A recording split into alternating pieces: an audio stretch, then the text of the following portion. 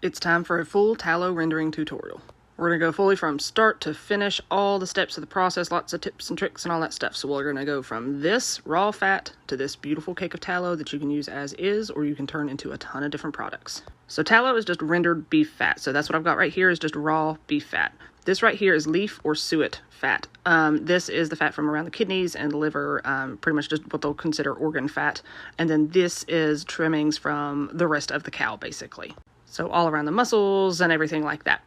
These lend themselves to different things. The leaf fat is considered more pure, whereas these trimmings are considered a little less pure in the sense of they will tend to hold an odor. So there is a slight scent that comes with the tallow if we're using trimming fat versus leaf fat being perfectly clean. You can also see the textural difference. When I slice through the trimming fat, it's kind of soft and pliable, whereas this suet or leaf fat, it's more solid, almost crumbly.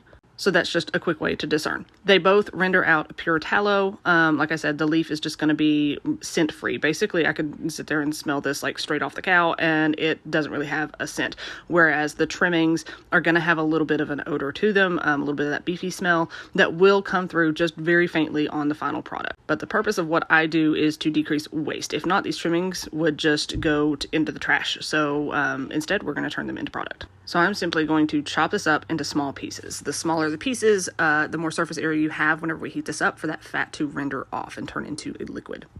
Some people use a meat grinder. I've tried that, and maybe it's just my meat grinder, but even with frozen fat, which is what's usually recommended because then it'll be hard and easier to go through the grinder, my grinder clogs up. So I just don't have any luck. So to me, it's just easier and less time consuming to cut it up like this. So I work my way through all of the fat and cut off any little meat bits or anything like that that you come across, and then you end up with a big pot like this. We're going to add in salt and water, and that's going to help the impurities sink to the bottom of the tallow and get out of the tallow so that it's pure.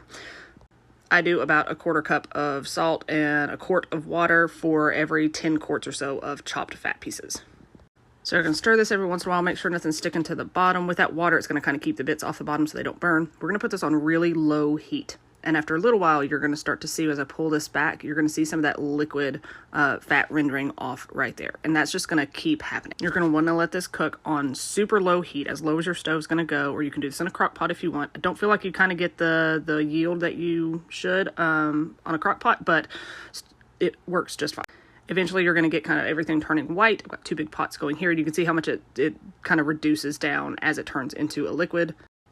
And then eventually, you're going to see that color kind of shift, and it's going to turn this golden color. And again, we've just got this on super low heat, and we're just going to let it keep going and keep going. What you're looking for is for those little fat bits on the that are still in there to start to turn golden. The liquid should be gold, but the little bits turning golden kind of tell you that they're done. They're not really going to render anymore. They're starting to actually cook. So that's what you see right here.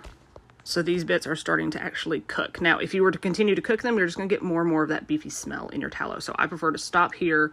That's the end of it. And then we're going to strain everything out. On this first render, I do not use a paper towel or a cheesecloth or anything like that. I just use a fine mesh strainer sat into a colander into a bowl. And I'm simply going to pour all of that liquid out into this bowl. Now, I use stainless steel bowls. It's just a little bit better when I'm dealing with this super hot fat here. I'm just going to continue to strain everything out until all of the bits are left behind and you have just pure liquid in your bowls. And then we are going to pop this in the refrigerator.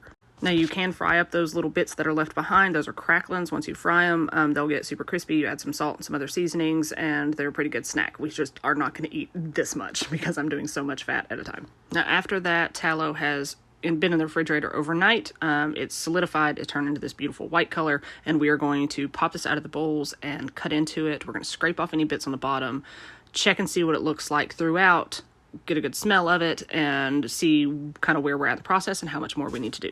So here I'm just scraping off any little bits on the bottom, any sediment that might be left, and then cut it open, and you can see it is nice and clean. But you can see here I can kind of push really easy into the middle of it, and there's no water in the bottom, even though we added water to our tallow, so that tells me there's water throughout this. So I want to get that water out for shelf stability. If you're going to use this as a cooking tallow, you could pop this in the fridge right now and use it, and it would be just fine.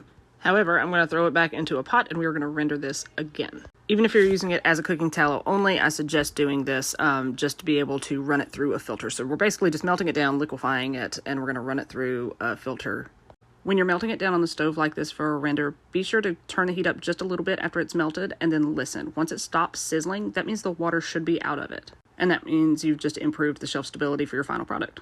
So let's filter. The way I do this is, again, a fine mesh strainer set in a colander on top of my bowl, but I put a paper towel down in there to catch any tiny bits that might be in there, any sediment that's still left in the tallow. Some people choose to use a muslin cloth or a cheesecloth or something like that to strain through. I like paper towels better. I think you get a better filter, but also I'm doing huge amounts of this on a weekly basis, and so I'm running through a lot, and I feel like I just can't get that cloth clean enough to make it really reusable, which is just way more wasteful than a couple paper towels for each round here. So that's just personal choice. So here it is coming out of the fridge again, and that's it. You melt it down, you filter it, and pop it in the fridge again to cool. That way it's an even cooling and it comes out hard like this. This also helps you to see that it is hard in the middle, which means all of our water is out of it. And I want you to take note of the texture here. So when I actually cut into this, you can see how kind of firm it is and how straight that cuts. It's not like it's soft and kind of melts into the tallow. And then when you actually crumble it in your hands, it should like break into pieces. So you can see how kind of like straight those edges are, and it's not just kind of squishing under your fingers. That's what you're looking for. That tells you that the water is out of it and that this product is pure and ready to be turned into things. So that's how you render tallow. Let me know if you have any questions at all.